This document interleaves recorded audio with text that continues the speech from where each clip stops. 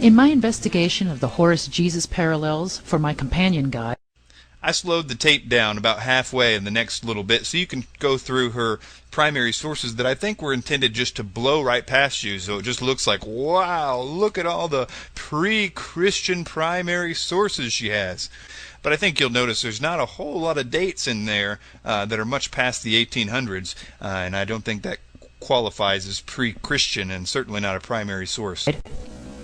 I incorporate many pre-Christian primary sources, as well as the works of scholars highly credentialed in the appropriate fields. The other correspondences found in Zeitgeist can likewise be backed up with either primary sources or the works of highly credentialed scholars. For example, the parallels between Christ and the god Attis. Okay, this is it. This is why we all came here. Acharya is going to get into the specifics about these gods. She's going to show us where the primary sources are. She's going to prove the debunkers wrong. Let's see what she's got to say. Who was brought up in Zeitgeist are discussed by Dr. Andrew T. Fear, a professor of classics and ancient history at the University of Manchester in England. In his article, Sibyl and Christ, Dr. Fear tells us that Attis was killed and then raised from the dead 3 days later, during a celebration that depicted him being resurrected out of a tomb, basically at Easter time, precisely as was said of Christ. Considering that in this whole movie, Acharya S only addresses what you just heard about Attis and what you're about to hear about Krishna, and that's it, you would expect it to be her A material. But these things not only didn't happen, it was her best chance for them to happen. First, you need to know just a little bit of background, and that is that, like Mithra, Attis existed on paper before the time of Jesus. However, neither one of them became a part of the Roman mystery religions until after the time of Jesus. And that's when the writings started to have anything at all close to Christianity. So what I'm saying is that they had a really good chance of being similar to the stories of Jesus because they were influenced by Christianity. Even the person that Acharya S is quoting here, A.T. Fear, knows this very, very well. He says that the Attis cult modified itself in significant ways with the passing of years, and says that they seem to have been provoked by a need to respond to the challenge of Christianity. So, like Mithras, Attis represents the very best chance that Acharya S can be right about these similarities. And what makes this so sad is that she is still wrong. There are several versions of Attis's death, but in none of those accounts is he resurrected after 3 days. In the closest possible account during Attis's wedding, his bride dies and he basically emasculates himself. One of his friends asks Zeus if he could basically resuscitate him, and Zeus consents only in the sense that he lets Attis's body remain uncorrupted, his hair continues to grow, and his little finger moves continuously. No 3 days, no tomb, no nothing. And in another account, Sibyl falls in love with Attis, who prefers a nymph. Sibyl kills the nymph. Attis goes nuts and emasculates himself. From his blood, flowers grow out of the ground, and he turns into a pine tree. There's another story where a king kills Attis and makes sure his body is never found. And keep in mind, these are after the time of Christ. And yet it still takes another 100 or 200 years in the 3rd century before anything like what Acharya S is saying, at which point it becomes obvious that it was Christianity that influenced Attis, not the other way around. Which, by the way, is what the guy that she's quoting, A.T. Fear, says point blank. Also, the idea of the Indian god Krishna's mother being a virgin is not widely known and is therefore said to be wrong. First of all, the virgin birth motif is specifically stated by ancient writers like Philo of Alexandria to be a mystery. Keep in mind, this is one of the 2 things that she says in this whole video about these similarities.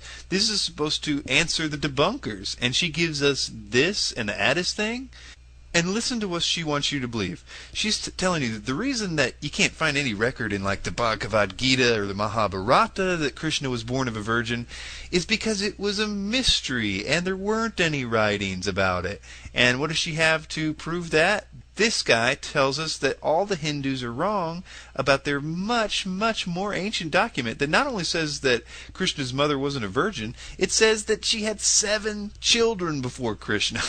Okay? So what she's saying is, okay, you got me. There is actually no record of Krishna being born of a virgin, and in fact it says the exact opposite of that in every account. Sorry about my saying that point blank so much, but what I actually meant was that it's a mystery, and if you want to know it's a mystery, you have to go to the 1st century, where this Jewish philosopher sort of kind of implied that it was a mystery, and she needs to actually go to India and tell all the Hindus this, because they have had it so wrong. They needed to just hook up with Philo, and then they could have figured all this out by now.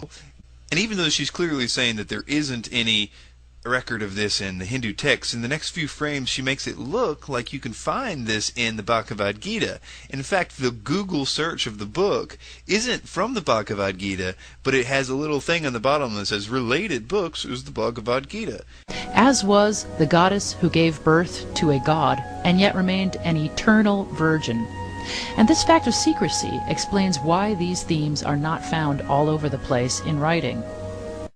They're not found all over the place in writing, or anywhere for that matter. It's a mystery, didn't you hear? Mysteries equal no paper trail. I have written extensively about Krishna's mother in Sons of God and elsewhere. In my books, The Christ Conspiracy and Sons of God, I also discuss in detail the gods Dionysus and Mithra, who were likewise brought up in Zeitgeist Part 1. Concerning other themes in Zeitgeist, there are many good books on the subject of Old Testament myths, and my book, Who Was Jesus?, goes into greater detail regarding the Joseph-Jesus parallels, as well as the lack of evidence for the historical Jesus.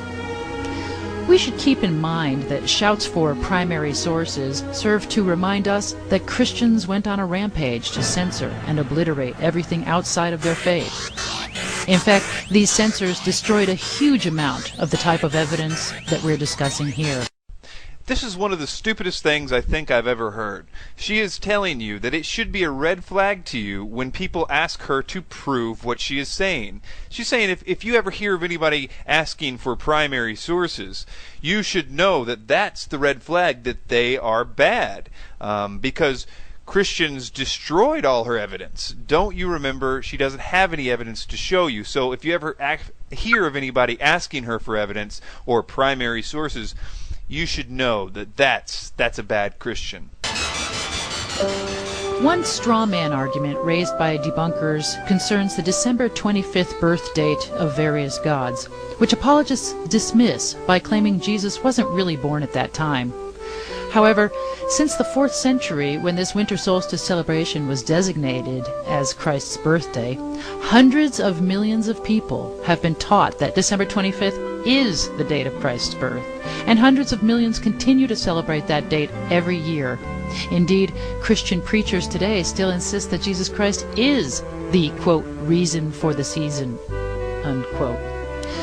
Furthermore, in 2007, the United States House of Representatives passed House Resolution 847, officially declaring December 25th to be the birthday of Jesus Christ. All right, so what you need to do here is pretend that you don't know that early Christians did not celebrate Christmas, that there was no link between the birth of Christ and December 25th for 400 years.